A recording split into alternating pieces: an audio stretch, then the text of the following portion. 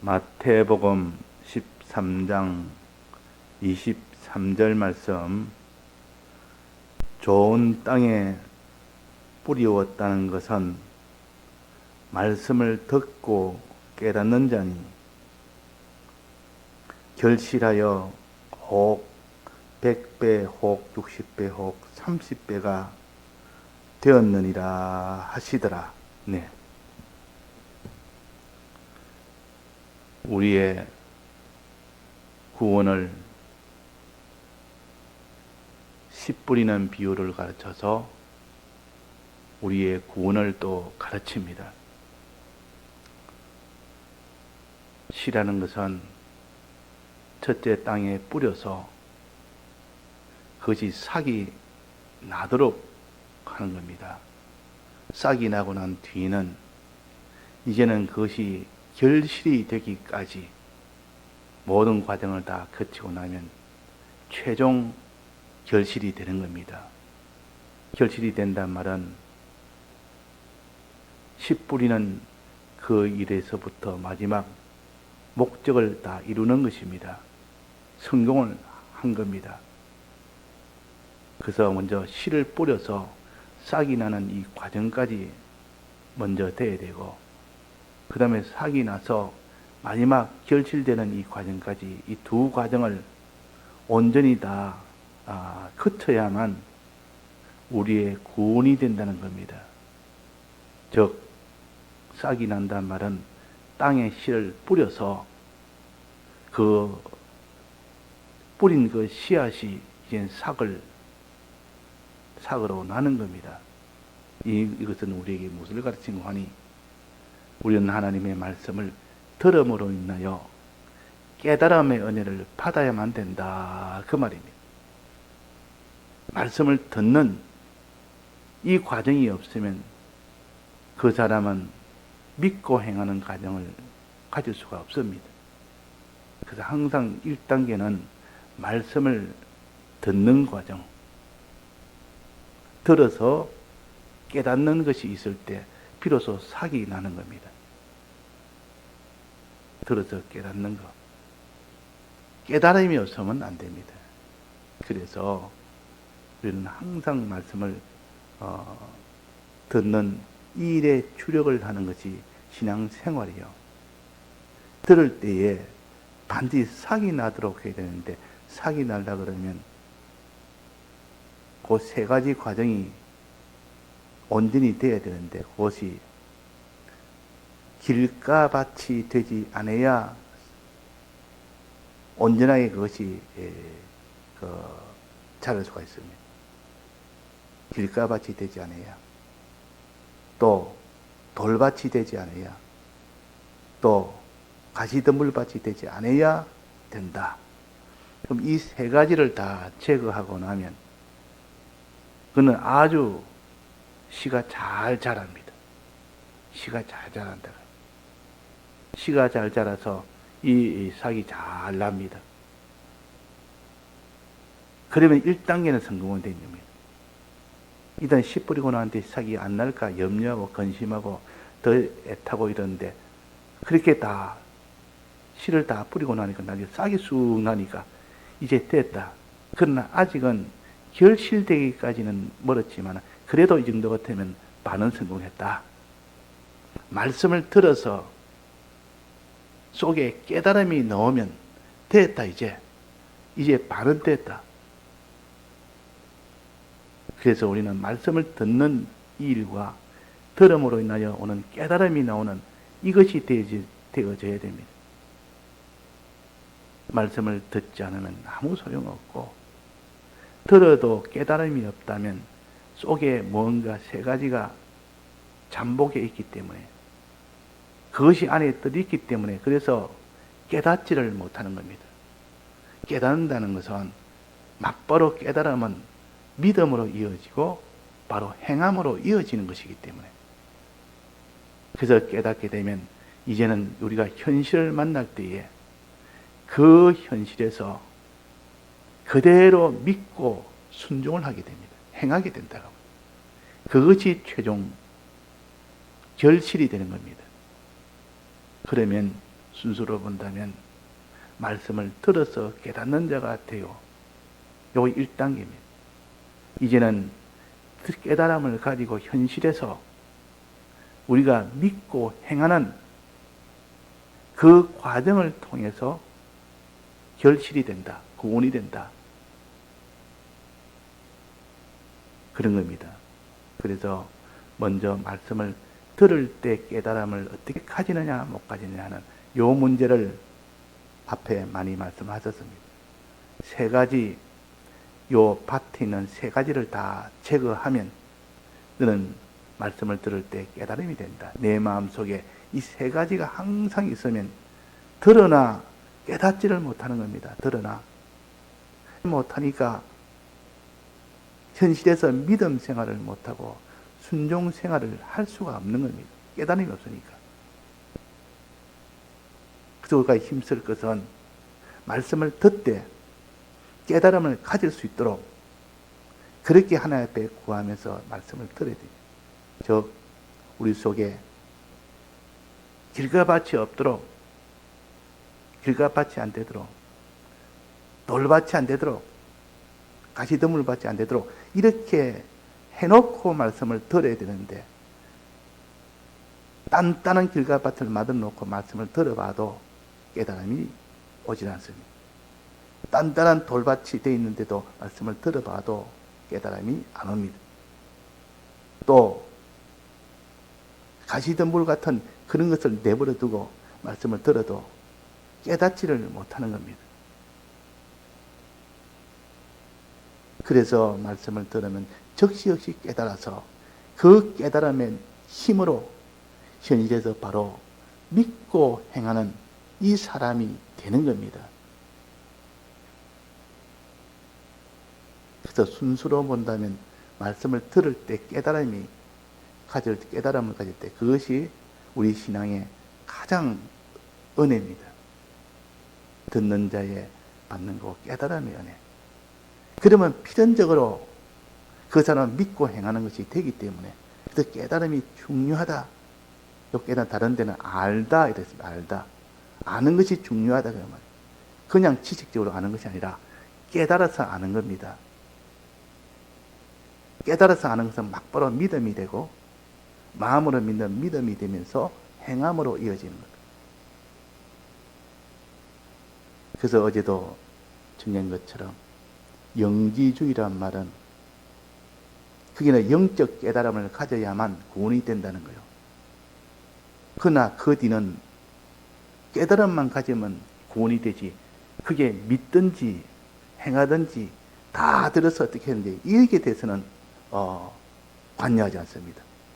어떻게 믿든 안 믿든 행하든 안 행하든 믿는 도리 행하는 도리는 없습니다. 그냥 깨달으면 된다. 그래서 그것이 이달이 되는 것이지 그 깨달음에 영적 깨달음이 있어야 된다는 것이 잘못된 것이 아니고 그래서 여호와의 정인이나 뭐 이런 통일교나 또 신천지나 다 그 한 면을 붙들고 한 면 그것만 가지고 성경에 있는 것을 강조하니까 다른 것은 다 무시해버리니까 그래서 이단이 되는 겁니다. 우리는 성경인 모든 깨달음에 이것이 하나도 버리면 안 됩니다. 온전한 깨달음을 가지고 그래야 온전한 믿음이 되고 온전한 행함이 되는 겁니다. 그래서 이제는 깨닫는 요 세 가지에 대해서 먼저 말씀하셨고 그 뒤에 이제는 깨달았으니 행하는 자가 믿고 행하는 자가 된다. 그래야 최종 결실이 된다 말이에요. 지금 결실하기 위해서 하는 거 아닙니까? 최종은 들어서 깨닫고 그 다음에 이 깨달은 것을 현실에서 정말 하나님을 믿는 자 그대로 순종하여 행하는 자 이것이 되어야 된다는 것을 가르쳐서 이 두 번째 말씀을 하십니다. 자, 본문에 한번 봅시다. 좋은 땅에 뿌리었다는 것은 말씀을 듣고 깨닫는 자니 말씀을 듣고 좋은 땅은 깨닫게 됩니다. 이 세 가지가 없는 땅은 깨달음이 옵니다. 그러면 1차 성공은 됐다. 이제는 삭이 나서 제법 이제는 쑥 자라가면 이제는 결실만 맺으면 됩니다. 깨닫는 자니, 그 다음에는 결실하여, 결실할 때까지는 어떤 과정이 있어야 되냐. 혹 100배, 혹 60배, 혹 30배가 되느니라. 요거는 결실하는 그 과정을 가르칩니다. 믿고 행하는, 현실에서 믿고 행하는 그 과정을 가르친다. 그 말입니다. 우리는 깨달음을 먼저 가지는 일이 돼야 되고, 그 깨달음을 가지고 현실을 만나서 그 현실은 복잡합니다.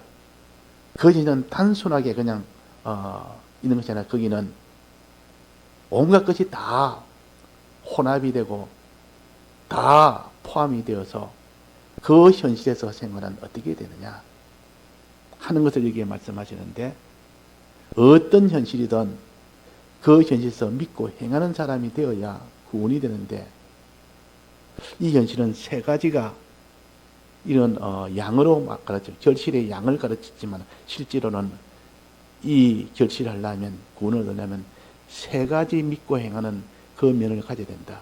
현실에서 세 가지를 행해야 된다. 세 가지를 믿어야 된다. 믿고 행하는 그 면을 가르쳐서 지금 요 뒤에 세 가지. 첫째는 100배. 100배의 결실을 하는 그 신앙을 가지라. 60배의 결실하는 그 신앙을 가지라. 30배의 결실하는 그 신앙을 가지라. 이 말은 마지막 이 구원은 현실에서 너가 살 때 세 가지 면으로 행하여 살아라. 세 가지 면으로. 그렇지 양을 말하는 것 아닙니다. 100배라는 것은 열의 만수입니다. 만수라는 것은 10을 가르쳐서 만수라 그래요. 만수.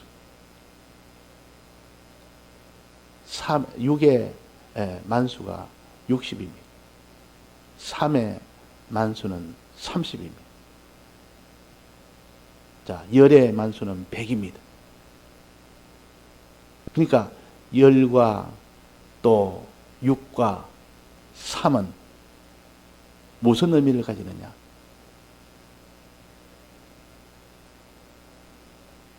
열은 사람에 대한 숫자입니다. 사람을 가르칩니다. 열은. 사람은 숫자는 열이라. 만수란 그 뜻에도 열이 있고 사람이란 뜻도 열이 있습니다. 육은 마귀에 대한 뜻입니다. 마귀를 가르쳐서 6이라. 666이라. 또 하나님은 3이라. 삼일째 하나님이라 할 때는 7이라 하는 것도 있지만 그러나 그보다는 여기 3이라는 것은 하나님 자체를 가르칠 때는 3이라고 보통 그렇게 상징을 합니다. 마귀와 싸워서 이길 때 그때 하나님은 보통 7이라고 표시를 합니다.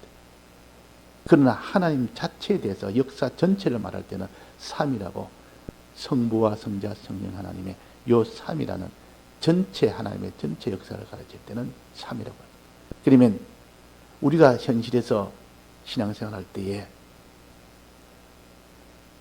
열이라는 사람에 대해서 만점 신앙을 가져야 된다. 또 60은 마귀에 대해서 만점 신앙을 가져야 된다. 또 하나님에 대해서 30은 하나님에 대해서 만점 신앙을 가져야 된다. 그 말입니다. 혹이라니까 무슨 다른 뜻이 있는 것이다. 반드시 우리 현실에는 이 세 가지 이것이 다 등장을 함께 합니다. 어떤 현실이다. 사람도 등장하고 마귀도 등장하고 하나님도 등장합니다. 우리가 현실을 만났던 이 세 가지 이걸 동시에 상대를 해야 된다. 그 말입니다. 이걸 동시에 상대를 다 해야 되지. 사람만 상대하고 그 신앙생활은 나중에는 실패가 됩니다. 마귀만 상대해도 실패가 됩니다. 그 사람은 하나님만 상대해도 실패가 됩니다. 하나님과 마귀와 요 사람에 대한 이것이 항상 우리하고 접촉이 되는데 이 세 가지 면에서 다 온전하게 돼야 되지. 하나 빠지면 안 됩니다. 빠지면. 예를 들면 예수님 계실 때에 예수님을 따르는 자도 있었지만 예수님을 핍박하는 자가 많았습니다.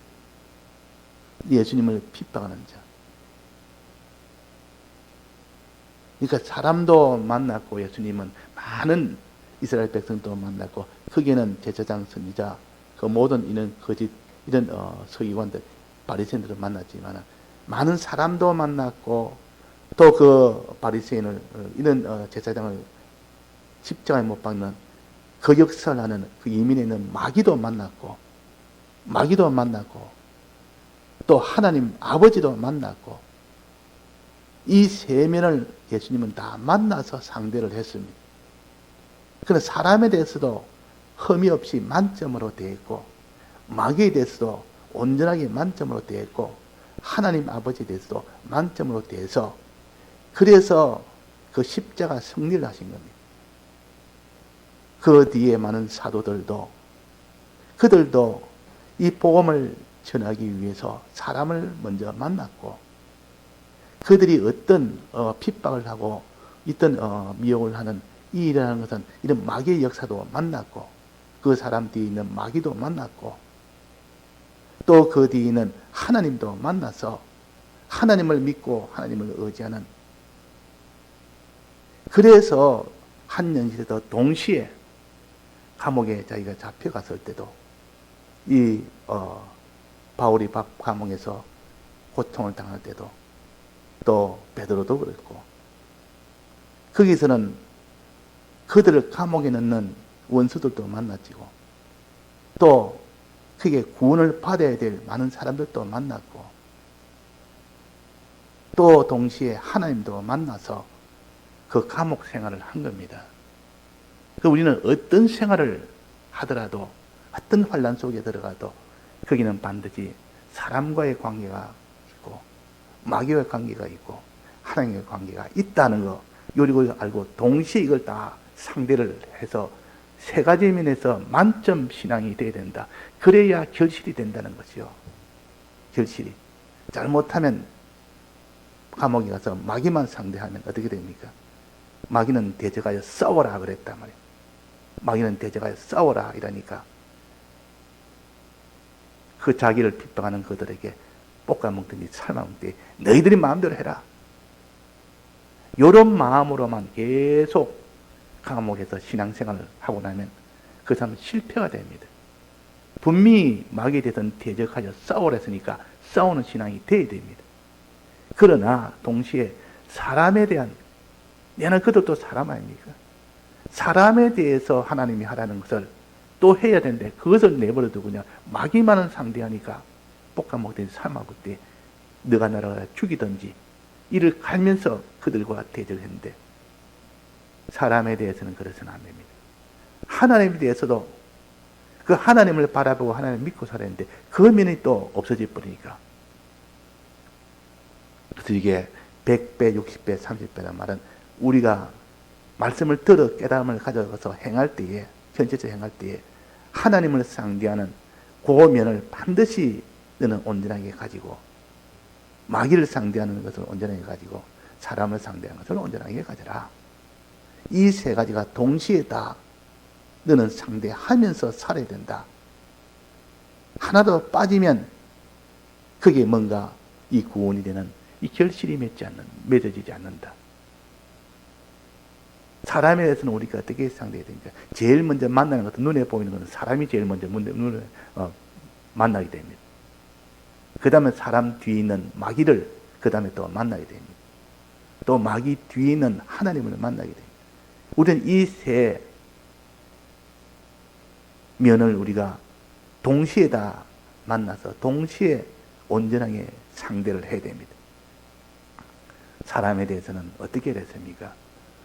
사람에 대해서는 불쌍히 여기고 그를 사랑해라 그랬어요. 이것이 가장 큰 계명 중에 큰 줄기요. 사람을 사랑해라.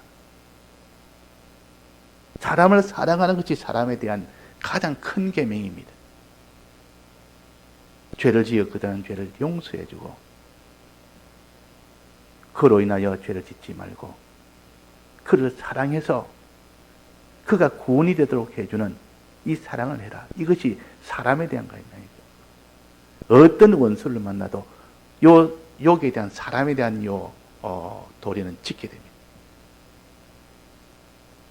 또 그 사람 뒤에 있는 마귀의 역사도 있는 것을 알아야 된다. 그 말. 이 바리새인을 대할 때는 서기관들이 이 자기를 예수님을 이렇게 정죄하기 위해서 온갖 수를 해도 그 뒤는 마귀를 바로 알았기 때문에 대적하여 싸웠습니다. 대적하여 싸워서 다 이겼습니다. 우리 찬송가 64장처럼 우리 대적 마귀와 싸워서 이기라. 믿음이 이기네, 믿음이 이기네, 땅을 이기네. 이 마귀와는 싸워라. 너 대적과 싸워라 그랬습니다. 싸워서 이기라. 싸워야 되는데 싸우질 않으면 그것도 신앙이 잘못된 겁니다. 마귀하고는 싸워야 되고 마귀는 원수의 이를 갈아야 되고 또 그것만 가지고 아니면 그 뒤에 하나님이 계십니다. 하나님에 대해서는 하나님은 우리를 사랑하시는 하나님이라. 지극히 크신 하나님이라. 지극히 크신 하나님을 믿고 주님의 사랑을 믿고 그분이 우리에게 주시는 모든 현실은 그분이 모든 우리에게 현실을 만들어서 주신다. 주시는 그 현실은 전부 다 징계의 현실이든 연단의 현실이든 우리를 사랑해서 하나님이 주시는 것이다. 너희들의 모든 죄에서 멸망치 않도록 징계하시는 현실일 수도 있고 어떤 너희 믿음을 온전케 해서 구원 얻게 하는 연단의 현실일 수도 있고 그러니까 이 하나님의 여러 가지 시험을 너는 믿고 하나님께 순종하는 신앙이 되라. 이렇게 어떤 현실도 이 하나님을 상대해서 상대를 해야 됩니다. 그럴 때 그 사람이 그 신앙생활이 편백이 되지 않고 골고루 다 온전하게 됩니다. 우리 신앙이 이렇게 한쪽으로 쏠리는 거, 한 면만 가지고 그 면만 전부인 줄 알고 전부를 해도 거기 다 주력을 하다 보면 다른 면에서 하나님의 정죄를 받습니다. 그 죄가 된단 말이에요. 사람에 대해서는 잘못하면 그걸 마귀를 상대하면 안 됩니다. 하나님에 대해서는 사람을 상대하면 안 됩니다. 하나님은 하나님으로 상대하고 마귀는 마귀로 상대하고 사람은 사람으로 상대하고 그래 세 가지를 면을 동시에 우리는 한 사건을 만나고 한 사건을 상대해야 그래야 결실이 된다. 구원이 된다. 그러면 말씀을 들어서 깨닫는 이 면과 깨달음을 가지고 현실에서 믿고 행하는 그 면을 우리에게 가르칩니다. 제자들이 풍랑을 만났습니다. 그 물길을 줄 때에 가장 앞장선 사람들도 있습니다. 그 사람들도 하나님이 사랑해야 될 사람들이에요. 그것은 그 뒤에 마귀가 들어서 그 모든 핍박을 하고 속이는 물결, 두렵게 하는 그 물결, 그 뒤에 가장 주동은 마귀가 하는 겁니다. 또 그 뒤에 마귀의 모든 것을 다 하나님이 허용한 것이 바로 하나님이시죠. 우리를 사랑하여 시험하기 위해서, 우리를 징계하기 위해서는 하나님의 이런 역사인 것을 이 골고루 다 믿고 다 행해야 되지. 한 면만 가지고 행하다 보면 어떤 데는 마귀만 상대하다가 어떤 데는 사람만 상대하다가 어떤 데는 하나님만 상대하다가 그러다 보니까 뭐가 맞지 않다고 말이에요. 그래서 우리가 풍랑을 만나거들랑 하나님이 가장 이면에 계시고 그 다음에 마귀가 있고 가장 가까이 있는 것이 사람입니다. 이 사람 뒤에는 마귀가 있고 사람 뒤에는 하나님이 계신다는 것을 알면서 우리가 잘못 상대하지 않도록 해야 구원이 되는 겁니다. 다 같이 통성으로 기도하시다가 자유하시겠습니다.